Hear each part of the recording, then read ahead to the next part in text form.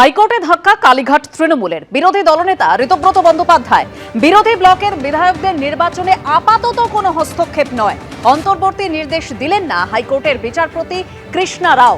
শোভনদেব চট্টোপাধ্যায়ের আবেদনে আপাতত হস্তক্ষেপ নয় এরকমই জানিয়ে দিল কলকাতা হাইকোর্ট। আগামী জুলাই মাসে ফের এই মামলার শুনানি রয়েছে।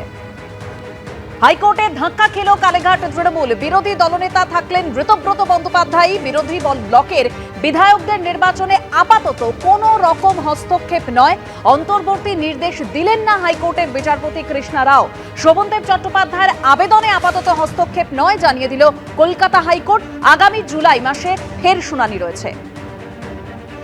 আর এই প্রসঙ্গে কল্যাণ বন্দ্যোপাধ্যায়ের কি বক্তব্য শোনাবো।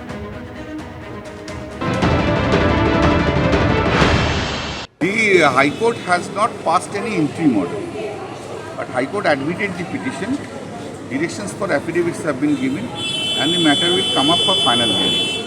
যে মামলাটা হয়েছে সেই মামলাতে যেটা হিয়ারিং হয়েছে আমাদের বক্তব্য ছিল কি ইন্ট্রিম অর্ডারতে সেই ইন্ট্রিম অর্ডার হাইকোর্ট দেয়নি, অ্যাডমিশন হয়েছে, ডিরেকশনস ফর অ্যাফিডেভিট দিয়েছে। বিরোধী দলনেতা ঋতব্রত বন্দ্যোপাধ্যায় বিরোধী ব্লকের বিধায়কদের নির্বাচনে আপাতত কোনো রকম হস্তক্ষেপ নয় অন্তর্বর্তী নির্দেশ দিলেন না হাইকোর্টের বিচারপতি কৃষ্ণা রাও। সন্দীপন সাহা ডেপুটি লিডার, তিনি কি বলেছেন শোনাবো। নৈতিক জয়, যেই লড়াইটা ঋতব্রত বন্দ্যোপাধ্যায় এবং আমরা শুরু করেছিলাম যেই অনিয়মের বিরুদ্ধে, আজকে আমরা তার নৈতিক জয় প্রাপ্ত করলাম। 58 জনের বেশি বিধায়করা সমর্থন দিয়ে ঋতব্রত বন্দ্যোপাধ্যায়কে এলওপি করার জন্য মাননীয় অধ্যক্ষকে একটি চিঠি দিয়েছিলেন এবং সেটা পুরোপুরি নিয়ম মাফিক অনারেবল স্পিকার সেই স্বীকৃতি দিয়েছেন। আজকে হাইকোর্টও সেই স্বীকৃতির ওপরে সিলমোহর লাগালেন। আমরা যেই কাজটা করেছি সেটা সম্পূর্ণ আইন মেনে করা। প্রায় প্রতিনিয়ত সংখ্যা বাড়ছে এবং যারা যারা সমর্থন আমাদেরকে দিচ্ছেন সেই চিঠিও আমরা মাননীয় স্পিকারকে দিচ্ছি। যেই উদ্দেশ্য নিয়ে এই ব্লকটাকে তৈরি করেছি, যেটা প্রিন্সিপাল অপোজিশন, আমরা সেটাকে নিয়ে এগিয়ে যাব। ডেপুটি লিডার সন্দীপন সাহা তিনি যেরকম বলছেন যে ঋতব্রত বন্দ্যোপাধ্যায় এবং তার এটা নৈতিক জয়, একেবারে অনিয়মের বিরুদ্ধে এটা নৈতিক জয়। এ নিয়ে কুণাল ঘোষ কি বলেছেন শোনাবো।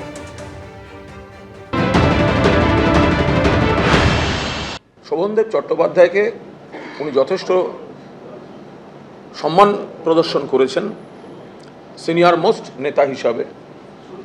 এবং খুব ইন্টারেস্টিংলি আজ অধিবেশন কক্ষে দুটি আসন মূলত নির্দিষ্ট থাকে যুগে যুগে। একটি মুখ্যমন্ত্রী কোন আসনটিতে বসেন এবং অন্যটি বিরোধী দলনেতা কোন আসনটিতে বসেন।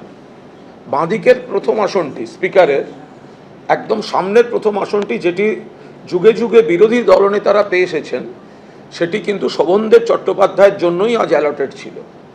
স্পিকারের শ্যাডো বা ডামি চাটনৃত যেখানে বসছিল সেটা একটু পরে দূরে।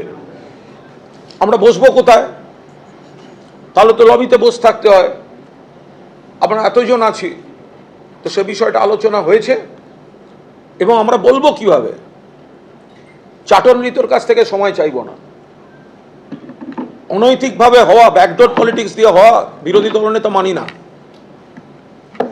স্পিকারকে তিনি পদে আছেন মানব, মুখ্যমন্ত্রী পদে আছেন মানব, ব্যাকডোর দিয়ে পিঠে ছুরি মারা রাজনীতির বিরোধী দলনেতাকে মানি না।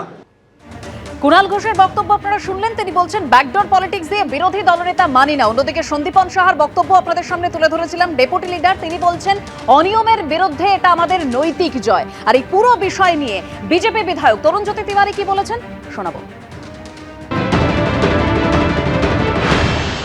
দেখুন, হাইকোর্ট হচ্ছে সাংবিধানিক মর্যাদা হিসাবে চলে, অ্যাজ পার কনস্টিটিউশন চলে, আর বিধানসভা ফ্লোরে নাম্বারস কথা বলে। ঋতব্রত বন্দ্যোপাধ্যায়ের সাথে নাম্বারস ছিল, তিনি ক্লেম করেছেন, মাননীয় স্পিকার মহাশয় সেটাকে অ্যাপ্রুভ করেছেন। তারপর একটা ফ্র্যাকশন হাইকোর্টে গিয়েছিল, যেতেই পারে, high court is open for everyone.